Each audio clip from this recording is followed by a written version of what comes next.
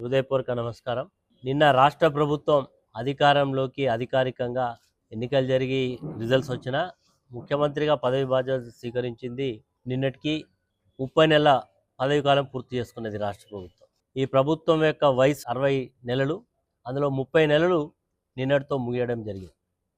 అదేవిధంగా ఇక్కడ ఉండేటువంటి స్థానిక ప్రజాప్రతినిధి యొక్క టెన్యూర్ కూడా half of the tenure complete చేసుకోవడం జరిగింది. ఈరోజు ప్రజలు ఎంతో ఆశతో గెలిపిస్తే ఈ ప్రాంతం గతంలో కంటే ఇంకా బాగా అభివృద్ధి చెందేటువంటి విశ్వాసాన్ని కలిగించడం వల్ల వారికి అవకాశం ఇచ్చింది. 2.5 సంవత్సరాలు అవుతుంది ఇక్కడ నేను ఓడిపోవడం, కొత్త ప్రజాప్రతినిధి రావడం.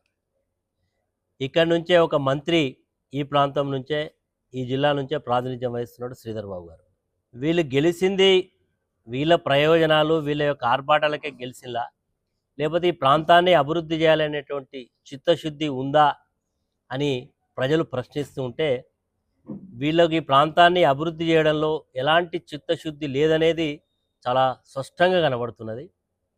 2.5 సంవత్సరాలలో ఈ భూపాలపల్లి ప్రాంతానికి కానీ, ఈ నియోజకవర్గానికి కానీ, ఈ జిల్లాకు కానీ జరిగిన అభివృద్ధి ఎక్కడ కూడా ఎలాంటి అభివృద్ధి అనేది ప్రజలకు కనబడడం లేదు.